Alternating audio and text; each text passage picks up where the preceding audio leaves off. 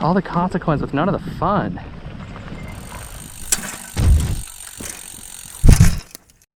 It's like riding the Smith Creek Loop, only longer and worse. I rode Osborne Mountain because someone told me it was awesome and I just had to ride it. That person is either mistaken, a fool, or a malicious, filthy liar. Seriously, riding this felt like eating a pomegranate. Like, I can't believe how much work I did for so little reward. Pomegranates. I was initially interested in riding this because it's right next to the southwest entrance to Mount Rainier National Park. I mean, it should be good. But I'll fill you in some more on how a ride so close to so much epic radness could disappoint me so much later on in this review. But first, let's talk about how to ride this trail. The trailhead for this ride is inside the Big Creek campground. So to get to the bottom of this ride, drive to the Big Creek campground and drive around the loop until you get to the not so obvious trailhead that has parking for like 3 cars. The fact that the parking lot isn't very big foreshadows that something is quite amiss.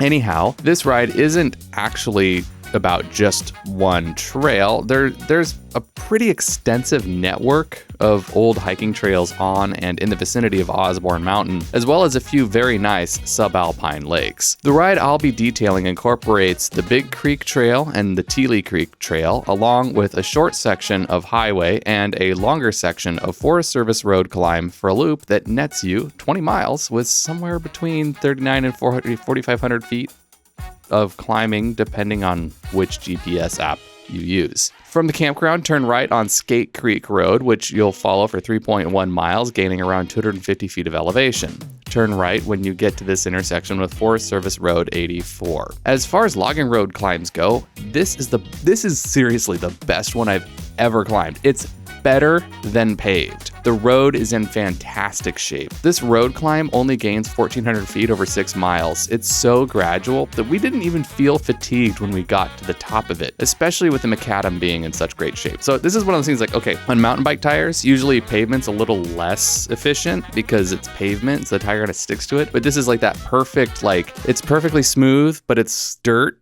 So it's actually like more efficient than riding on pavement. It was so awesome. It was so great. There was no loose gravel. It rode better than a paved road. If you're going to ride Teeley Creek Trail, don't bother shuttling. It won't save you enough effort to be worth the time doing the retrieval. When we got to this intersection with the 8420 road, we turned right. You don't have to do that. You can keep going until the road intersects with the other end of the Big Creek Trail. There's like 3 or 4 different loops that you can create in this system. Both options looked equally painful to us on the topographic map, and we were bored with still being on the road at this point, so we turned right. The road gets slightly rougher and steeper after this turn, but it's nothing significant, I assure you. Eventually, the road arrives at the trailhead, where you should stop to get a snack and slather on some more bug repellent because you are going to need it. The mosquitoes up here, if you're at the right time of year, the mosquitoes up here are super aggressive, kind of like anywhere in the Cascades.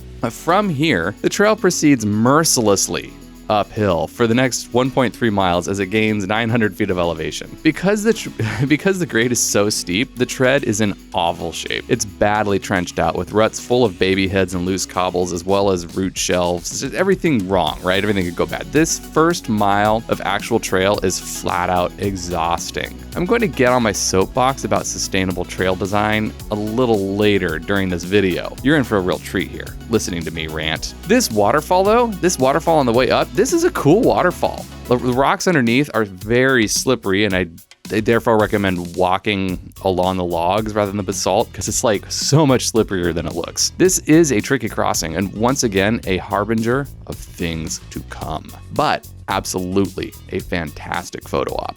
Get some pictures for sure. Take pictures. The first lake you'll encounter on this ride is called Cora Lake, which is a beautiful little lake with at least one really nice slack packing site that even has a metal fire grate. Seriously, this is posh. Also, look up at the rocks above you. I didn't notice it until I looked at the pictures I took afterward. There's actually a fire lookout up there, and there's a trail to that fire lookout that starts at the other. If you had continued on that road, look for it on a map. You'll definitely want to, if you're hiking up around here, you got to go to that fire lookout. I wish I could see the view up there. I kind of want to go back just to see that view. Anyway, yeah.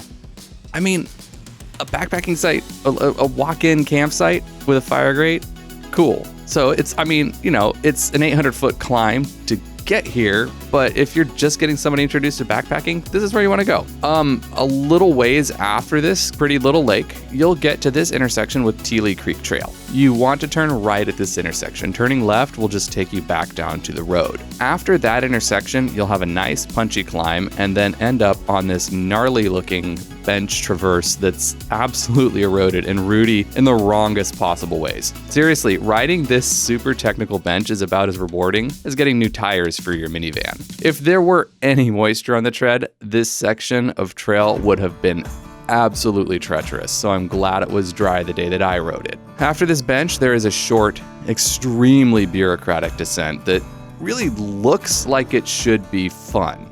There are very short sections of this that are fun, that could be funner, but then there's always something that's kind of wrong. It's something the wrong kind of off camber, the wrong kind of awful, the wrong kind of chunder, and then it's no fun. It's just halting progress. Until you get to this, which is the funnest piece of downhill on the entire ride, and it only lasts 2 minutes. Seriously, all of this climbing, and here is the one pomegranate kernel that's actually worth eating. It's like someone took a piece of your favoriteest ever moto descent and just stuck it in here, like a little Easter egg, just right in the middle of this huge ride. But even this descent is terrifying. Like, okay, if you weren't so far in the backcountry, you'd feel a lot better about letting loose on this one, but as it is, you are a long way from help in here, so you kind of have to be careful. This descent ends at a stupid stream crossing.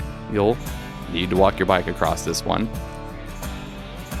After this stream crossing, at the bottom of the one decent downhill section of this entire ride, the trail traverses landslides. It's like tons of, you don't realize it until like you kind of like look around. These are landslides. You're just traversing different landslides of various sizes and ages for the next, I don't know, about a mile or so of just walking across old landslides of different ages. There's a lot of patches of pretty decently cool old growth trees in here though. Like the forest is cool. This is a cool forest. This is actually one of the coolest forests I've seen. This is one of the coolest forests I've seen in the Pacific Northwest. I did like this forest, but you can't really hang out too long in here because there are also enough mosquitoes in here to carry you away if you're not wearing bug repellent. Fortunately, there are also some, hey, look, really big random boulders. I mean, what kind of ride would this be if it didn't have just random huge boulders just lying around? That's actually what clued me into the fact that this was landslide that I was walking through. So anyway, those landslides make for a very brushy, overgrown, rocky, and varied tread because the land is just like corduroy through here. It's actually kind of a bit of a pain to get through. And when I say these are landslides, how many times have I said landslide? I should get a counter going. Anyway, that doesn't mean that there isn't forest. Like, I'm not talking about new stuff. I'm thinking on geological timescales here. So what we're walking through here is the run out to thousands of years of Sawtooth Ridge up above you eroding down into this bowl. So in the intervals between these big slides, the forest does regenerate. We're talking like 500,000, 1,500 year intervals, right? So the upshot for you, if you're pushing your bike through here, is that, no, the trail is challenging, but the forest is really cool. But if you're a tree nerd, this is the best section of the ride. This actually would make it worth it. Although if I were a tree nerd, I'd probably come hike in here, bring a bigger camera, I don't know. There are just a lot of there are big hemlocks and Doug firs in here, so they've got to be around 500 or more years old. It's kind of hard to know for sure, as elevation can affect tree growth in really deceiving ways. This section of trail right before Granite Lake is probably the worst slog on this ride though. It's in a really weird way. It's just the right grade to where it's really hard to pedal, but not steep enough for it to be comfortable to walk the bike. So it's slow going, and the tread is also really soft, so it just kind of sucks away all your pedaling energy. As an added bonus, there are lots and lots of mosquitoes in this section, so I guess you'll have plenty of company. You will not be lonely. There's one more section of could be better if it was properly flagged and maintained downhill right before you get to Granite Lake. This is the second best piece of downhill in the ride, and it again lasts about 2 minutes. Isn't as good as it could be, and it's over way too soon. By the way, this should give you an idea of what I've just mentioned. The two best pieces of downhill each, lasted 2 minutes, and I didn't include the 2,700-foot descent at the end of the ride, so that should tell you something about that descent. All right, anyway, the bottom of this descent brings you to a creek crossing where the bridge has been cut out, and also to the one and only view of Mount Rainier from this entire ride. It's out here, where you stand on this giant stump kind of in the middle of the creek as it dumps down the hill. It does frame up the mountain nicely if you can get to this without falling in the water. Do not skip out on this view. It is the only one you'll get. There are no more views of Mount Rainier ahead of you. So take out your smartphone, get a picture for Facebook. You'll kind of descend / climb / descend along both Granite Lake and Bertha May Lake, which are also two very lovely alpine lakes to camp out at. I would come back here just to hike up and camp at these lakes and swim in these, but really they do appear too early in the ride for you. Like you still have another 750-foot climb over 1.2 miles before you get to the downhill. So, and it's dusty. I wouldn't go swimming because it'd just be like, you're just gonna get sweaty again. I hate that feeling. If that doesn't bother you, then great, go for a swim. All right, go left up the hill when you get to this intersection with Trail 250 after Bertha May Lake. This is the Osborne Mountain Trail. You finally arrived, and this is where the 750 feet of grueling final climb begins. The Osborne Mountain Trail is getting badly grown over in this section and could really use a crew with loppers to come in and clear it out. This is also where the trail gets really rutted out, and I would like to steal this opportunity to stand on my soapbox and express my opinion about moto ruts. Dirt bikes are a perfect litmus test for sustainable trail design. If you're seeing deep ruts like this on a trail that allows motorcycles, that means that it was stupidly flagged in the first place with no thought given to grading or contouring. Big, long, sustained steep grades like this should not be a part of any multi-user trail. Even on trails that allow hikers, grades like this are a problem. And if the trail receives an appreciable amount of traffic, it gets chewed up pretty quickly. I have a feeling if this trail were sustainably designed, we wouldn't be seeing this kind of damage.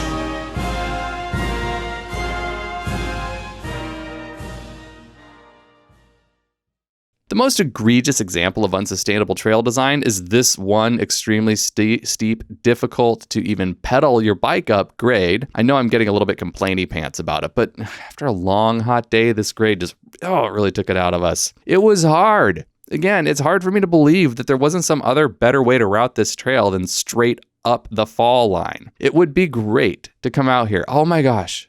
It would be a dream to come out here with 50 people and a couple excavators and spend a couple weeks just fixing all of these trails. This network of trails from Teeley Creek up to the Osborne has so much potential. It could be so amazing. It could be world class. It could be a destination. It just needs like $150,000 or so worth of love. This whole section is just plain exhausting after all the other climbing required to get here, and the grades are relentlessly, punishingly steep. I had to get off and walk a few times through here. When the trail spits you out onto this road, climb the road. It's like a quarter mile of climbing to the top of this ride, which is right here at the top of this big logging road.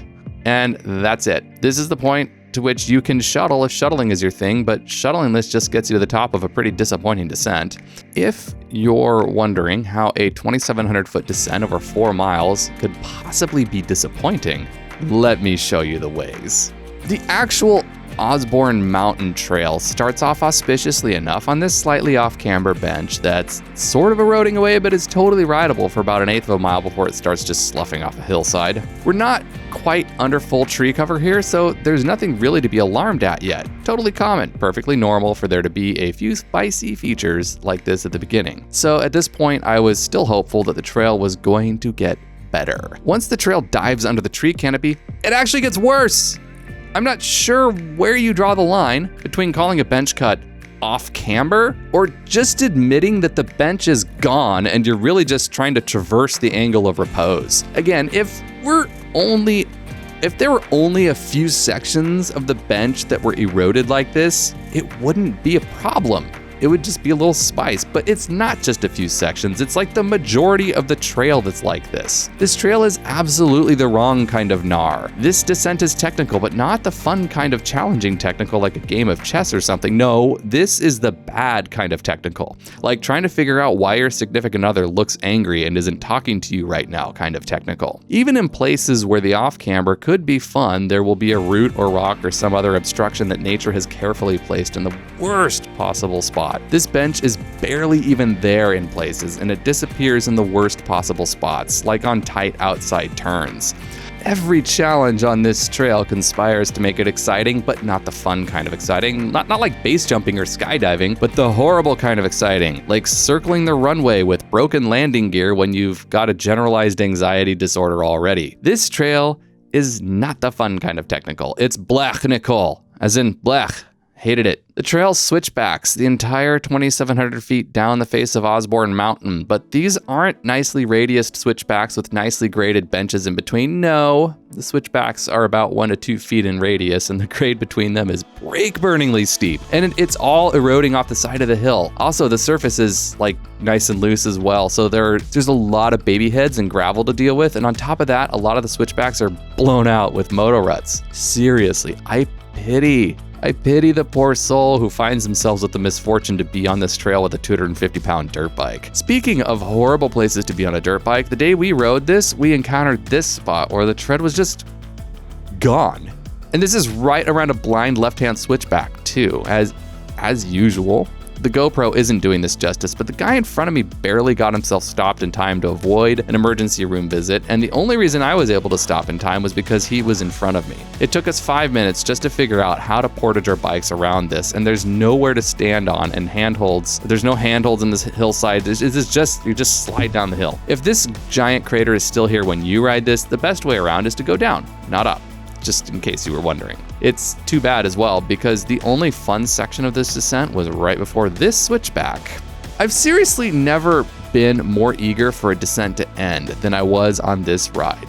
It was just an awful lot of brake dragging, and I'm not really sure what exactly I got out of it. After the trail descends from the steep hillside, it kind of meanders through this pretty and lush lower elevation forest where you will need to be courteous and watch out for hikers because you're getting really close to the campground here. The sightlines have been allowed to deteriorate in here, so keep an extra vigilant eye out and bring a bell if you've got one. So there you go. Pedal and coast out of the woods and you're done. I wrote it for you, so you don't have to. I'd like to thank all my subscribers and Patreon supporters, especially Heather Van Valkenburg, my Hero Dirt Level sponsor, who sits in glory above all other supporters as my only Hero Dirt Level sponsor. Heather is a hero. You should be more like Heather. If you'd like to make a contribution to what I do, navigate to patreon.com/voiceovertrails right after watching this video. And once again, as always, get out there and go ride your bike.